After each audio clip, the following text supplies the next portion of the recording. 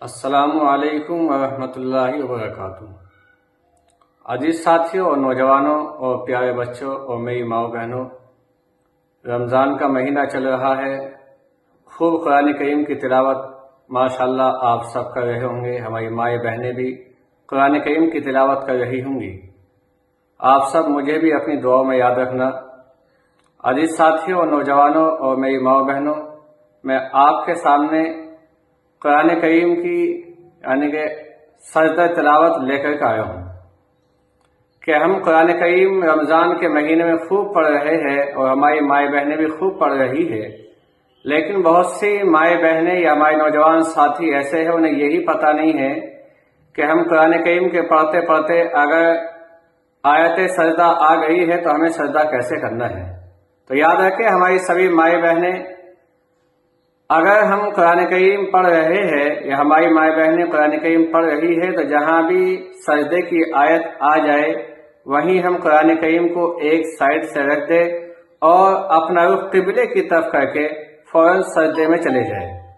یعنی سجدے میں جا کر ہمیں سبحان ربی الاعلی سبحان ربی الاعلی 3 مرتبہ پڑھنا ہے۔ اس کی نہ ہمیں کوئی نیت کرنی ہے، نہ ہمیں کوئی ہاتھ اٹھانے ہیں، بلکہ اسی طرح سے سجدے میں چلے جانا ہے۔ تو یہ سب سے بہتر طریقہ ہے کہ قرآن کریم پڑھتے پڑھتے اگر سجدے کی آیت آ جائے تو فوراً ہم سجدہ کر لیں۔ لیکن اگر ہم نے اس طرح سے سجدہ نہیں کیا اور قرآن کریم ہمارا مکمل ہو گیا تو پھر ہمیں 14 سجدے ایک ساتھ کرنے ہیں۔ تو اس کا صحیح سنت اور مستحب طریقہ یہ ہے کہ ہم پہلے سیدھے کھڑے ہو جائیں اور پھر اللہ اکبر کہتے ہوئے سجدے میں چلے جائیں۔ نہ ہمیں ہاتھ اوپر اٹھانے ہیں، نہ نیت باندھنی ہے، بلکہ اسی تکبیر کو کہتے ہوئے اللہ اکبر کہتے ہوئے سیدھے سجدے میں چلے جائیں اور سجدے کی تسبیح پڑھنی ہے سبحان ربی الاعلی سبحان ربی الاعلی سبحان ربی الاعلی 3 مرتبہ پڑھ کر ایک سجدہ کر کے بیٹھ جانا ہے، پھر دوسرے سجدے میں جانا ہے، پھر اسی طرح سے تسبیح پڑھنی ہے، پھر بیٹھنا ہے، پھر کرنا ہے۔ اسی طرح سے ہمیں 14 سجدے پورے مکمل کرنے ہیں۔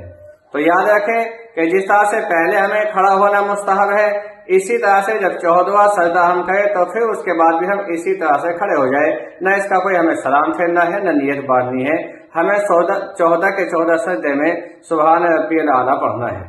تو یہ سبھی مائیں بہنیں دھیان رکھیں، اور اسی طرح سے ہم یہ بھی دھیان رکھیں کہ اگر ہماری مائیں بہنیں ایک جگہ پر بیٹھی ہوئی سجدے کی آیت پڑھ رہی ہے کہ اگر ہم نے 10 مرتبہ یا 20 مرتبہ بھی ہم نے اسی آیت کو دوہرا لیا تو ہمارے اوپر ایک ہی سجدہ کرنا واجب ہوگا۔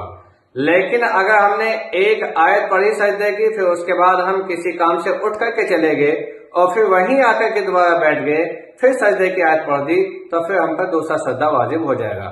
اگر ایک جگہ بیٹھے بیٹھے ہم 10 مرتبہ بھی اس آیت کو پڑھ لیں گے تو سجدہ ایک ہی واجب ہوگا، لیکن اگر ہم جگہ بدل کر کے سجدے کی آیت پڑھیں گے تو ہم پر دوسرا سجدہ واجب ہو جائے گا۔